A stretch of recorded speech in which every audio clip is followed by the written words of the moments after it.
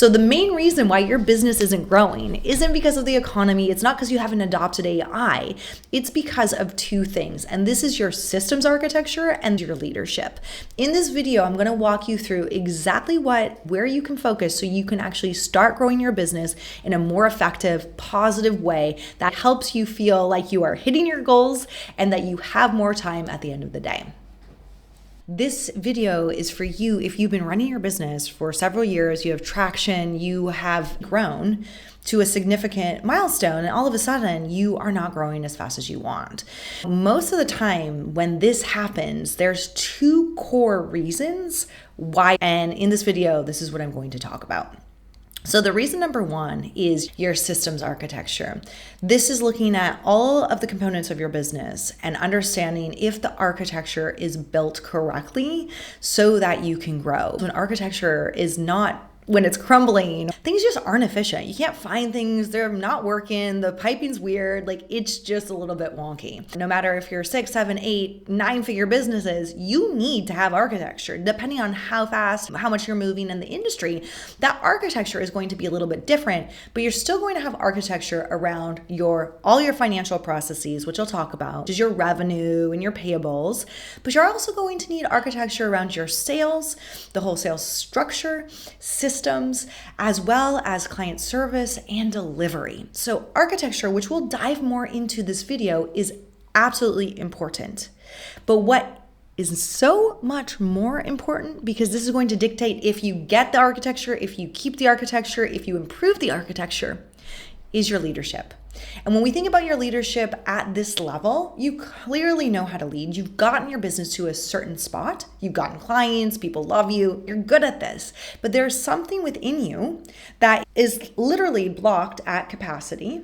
And this is, yes, part architecture, but it's also part mindset and your belief system about what is possible, and ultimately your self-leadership. This might be a little bit hard to hear when you know you're a great leader, but it means that there is work to do. Leadership is your self-leadership and your team leadership. How are you inspiring, empowering, and optimizing your team for performance in the business? Most of the time, because you are moving at a rapid pace, you might be operating in a momentum that is driven on scarcity. When you operate in a momentum driven on scarcity, not only do you feel it and your reactions and the actions therefore are going to be driven in this, but also your team. And when you have this vicious cycle, this is where actually toxic culture comes. This is why attrition happens. So these two components, the architecture, the systems architecture in your business, and your leadership are the core essentials to actually getting you to start growing faster. Now, some of the common objections that you might be thinking are, well, hold on, the economy, AI, all of these external forces. What we want to remember here is that you can think about this in personal development. You can also think about this in your business, is that you are responsible for the things that you can control. When we think about the SWOT analysis, what are our internal strengths? What are our internal weaknesses? When we look at the opportunities and the threats, those are external to us. If we are pinning on, oh, the economy is changing so fast, AI might hurt my business, you are already putting yourself in a victim mindset and not in a victor mindset. What we want to do is we want to make that shift. We want to recognize that our responses to whatever event comes, that is in our control, and that is going to dictate the outcome. So let's dive into what is systems architecture, and do you actually have the right systems architecture in your business? Systems architecture, when we think about it easily, we can break it down into your financial architecture, your sales architecture, and your operational architecture. All of those things need to talk.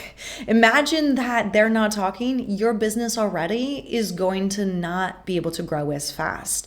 So when we think about systems, all of the systems that you have in your business need to talk. If you're still doing a lot of things manually, you're managing your sales process completely manual. You have accounting, but you don't really look at it. Maybe you don't even have a system or process in place for accurate billing, accurate follow-up, accurate cash collections. And you do not have a system in place for client communication, client onboarding, what's going to happen is that is going to be a big mess, because the architecture around your finances revolves in two different things. It revolves around architecture around every aspect of your sales cycle and every aspect of your purchases and payables. When we think about the P&L, we look at it in two ways: our revenue, our income. We also look at it as our expenses. So when we think about our revenue, this is our sales, our marketing processes, our billing, and our collections. When we think about our purchases and our payables, this is everything that you're running your business. So this is how you manage your cash flow, how you pay for things. This is everything related to your employees, all of your costs and processes around your costs. This is the easiest way I like to look at your systems and your financial architecture. Each part of your business needs to have a defined architecture. The most important parts of your business relate to your sales architecture from the moment that you are actually nurturing leads to closing them. There needs to be defined process within that, not only to help you with your sales, your lead generation, but actually your client service as well.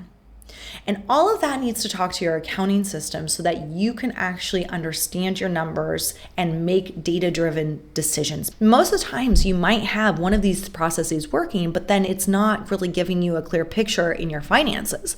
The reason typically is because your financial architecture, meaning your accounting architecture, is not optimized. When you can optimize that, then all of a sudden things become so much easier.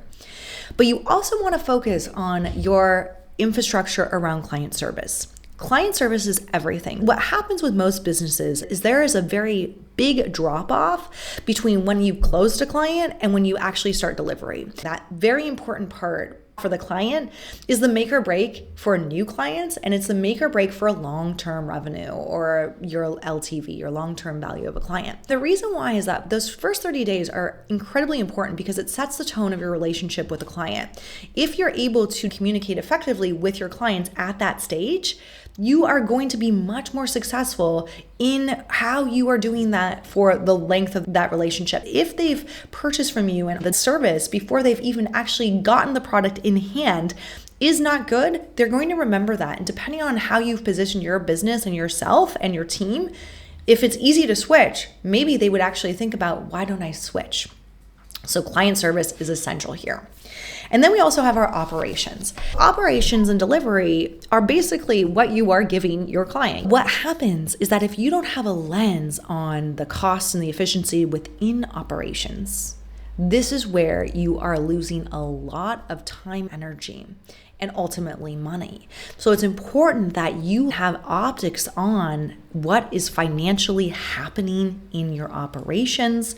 This is looking at metrics like analyzing your overhead, getting really clear on the actual flow of operations, and understanding within your operations where is the most costly component of your operations. So your architecture, you want your systems, your sales systems, your accounting systems, your operational systems, all to be talking together. Now, if they aren't, this is where you can gain a lot of momentum by focusing on improving those operations real time. Our next area that is actually slowing your business down is your leadership. And when we think about your leadership, you can break this down into your self-leadership, how you are actually leading yourself, your self-talk, and how you approach situations, make decisions, assess risk, and your leadership around your team and giving them clear roles and responsibilities, allowing yourself to be a macro manager, not a micro manager, and ultimately building the systems and empowering your team to use the systems. Now, what happens oftentimes is like you've been able to build your business. So you've been able to get traction and you've been able to grow it to the level that you've been able to grow it. And you've been heavily involved. So it means that you yourself know how to lead. You're tenacious, you're resilient. You actually have a roadmap to getting there. Now, the question is though, when you start to lead other people, people are different. We have different personalities. We respond differently and we all can't follow the roadmap that you followed.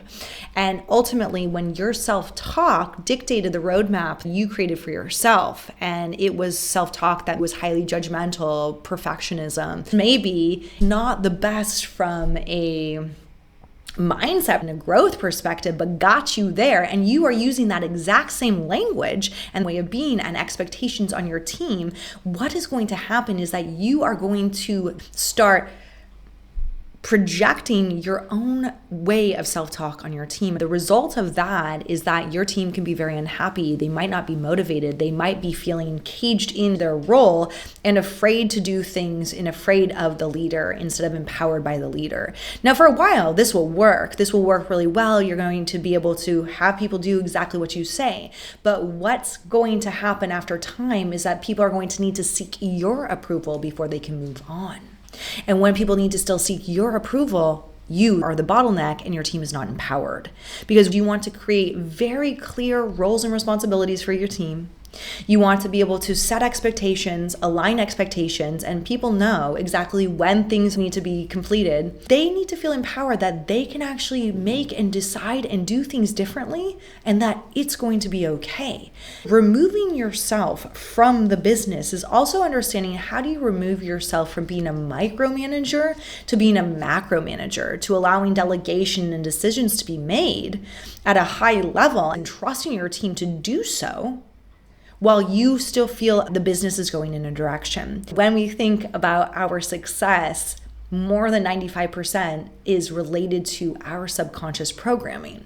So when we think about your leadership, this is an opportunity for you to understand where your leadership is actually putting limits on your team, putting limits on your business, and then ultimately being able to build a plan to start removing those limits. And those limits oftentimes are blocking you from hitting that next revenue and hitting that next growth level.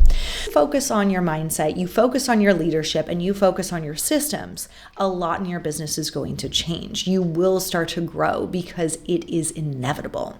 So the question I have for you is, what area of your business are you going to focus on first? Freedom Sun, we love to help you figure out the systems and areas of your leadership that you can improve on so that you are able to grow your business and feel not a prisoner and not tied to it anymore. Systems and it's your leadership. Your business is a result of your leadership and the systems and the architecture that you have. Now that you have this piece of information, understand where you're going to focus and how you're going to get there. What I want you to do is understand where you're going to focus and then build a plan to get there. If you need help building the plan, let me know. This is exactly what I love to do, help you reach your financial goals and put in the architecture that is going to help you get there.